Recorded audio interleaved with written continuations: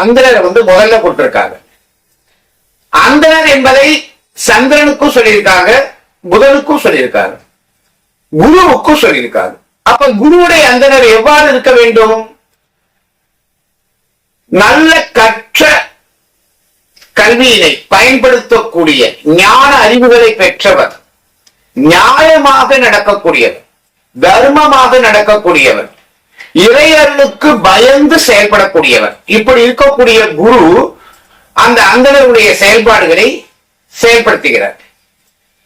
புதனுடைய அந்தனர் எப்போதும் கொஞ்சம் அட்ஜஸ்ட் பண்ணி போயிடுவார், அந்த டயத்துக்கு தகுந்தாப்புல அட்ஜஸ்ட் பண்ணி போயிடுவார்.